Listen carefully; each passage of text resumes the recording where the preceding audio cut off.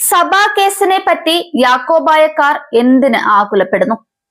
ഇത്രയും നാൾ ചെയ്തതെല്ലാം തെറ്റായി പോയെന്നും പറഞ്ഞ് ഒരു മാപ്പപേക്ഷ എഴുതി നൽകി മലങ്കര സഭയിലേക്ക് തിരിച്ചു കയറി ചെല്ലുന്നതല്ലേ ബുദ്ധി? ഈ വൈകിയ വേളയിൽ അതാണ് നല്ലത്. ഒന്നിരുത്തി ചിന്തിച്ചാൽ അങ്ങനെയേ മനസ്സിൽ വരും.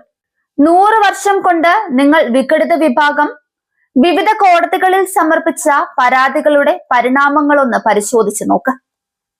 ഇത്രയും പരാതികളും വിധികളും ഒക്കെ വന്നിട്ടും എന്തേ കോടതിക്ക് തോന്നാഞ്ഞത് ഇത് വിശ്വാസപരമായ പ്രശ്നമാണെന്ന്? കോടതിക്ക് തന്നെ പല അനുമാനങ്ങളിലും തീർപ്പ് കൽപ്പിക്കാൻ സാധിച്ചത് നിങ്ങളുടെ വാദങ്ങളിൽ നിന്നും പ്രവൃത്തികളിൽ നിന്നുമാണ്. ഔഗേൻ കാതോലിക്കായുടെ വാഴ്ചയുടെ തലേന്ന് ജൂറിസ്ഡിക്ഷൻ പുനർനിർണയം നടത്തി പൗരസ്ത്യ കാതോലിക്കായുടെ അധികാര സീമയുടെ വ്യാപ്തി വ്യക്തമാക്കി. ഒന്നാം സമുദായ കേസിൽ കാതോലിക്കയെ വാഴിച്ച് പാത്രിയാർക്കീസിനെ അസ്തമയ ബിന്ദുവിലാക്കി എന്ന വാദത്തിൽ നിന്നും കോടതിക്ക് വ്യക്തമാക്കി കൊടുത്തു. കാതോലിക്കയുടെ അവരോഹണത്തോടെ പാത്രിയാർക്കീസിന് എന്തെങ്കിലും ആത്മീയ മേൽക്കോയ്മ ഉണ്ടായിരുന്നുവെങ്കിൽ തന്നെ അത് മേലിൽ ഇല്ലാതായി എന്ന്.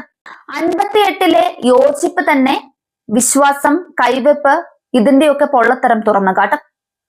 ഈ വിഷയത്തിൽ കോടതി വിധികൾ അനുസരിക്കാൻ കൂട്ടാക്കാതെ അസാധുവായ സമാന്തര ഭരണം മുന്നോട്ട് കൊണ്ടുപോകാനുള്ള തരികിട പരീക്ഷണമായി മാത്രമേ ഇത് കാണാൻ സാധിക്കുകയുള്ളൂ.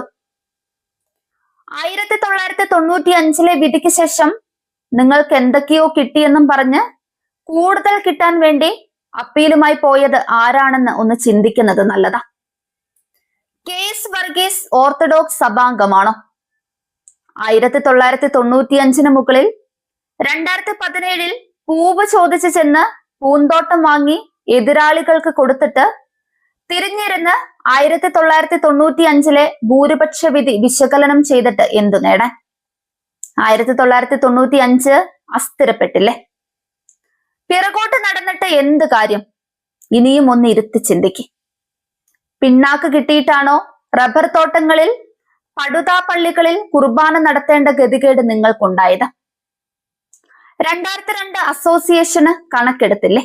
അന്ന് ജസ്റ്റിസ് മളിമഡിനെതിരെ വസ്ത്രാക്ഷേപം നടത്തിയപ്പോൾ സുപ്രീം കോടതിയാണ് തുണി പൊക്കി കാണിച്ചതെന്ന് 4ാം ക്ലാസ്സുകാർക്ക് അറിയില്ലാതെ പോയി. അതുകൊണ്ട് 2017-ൽ നല്ല പെടപ്പും കിട്ടിയില്ലേ? എന്നിട്ടും പഠിച്ചില്ലല്ലോ. ഇങ്ങനെ കളവുകൾ പറഞ്ഞത് കൊണ്ടാണ് കോടതികളിലെല്ലാം നിങ്ങൾ തോറ്റുപോയത്. ഇനിയും റിവിഷൻ പെറ്റീഷനുമായി കോടതിയിൽ പോയാൽ കിട്ടുന്നത് കടുത്ത പിഴയോ കൂടുതൽ ശക്തമായ ഉത്തരവോ ആയിരിക്കും. അതുണ്ടായില്ലെങ്കിൽ ഭാഗ്യം.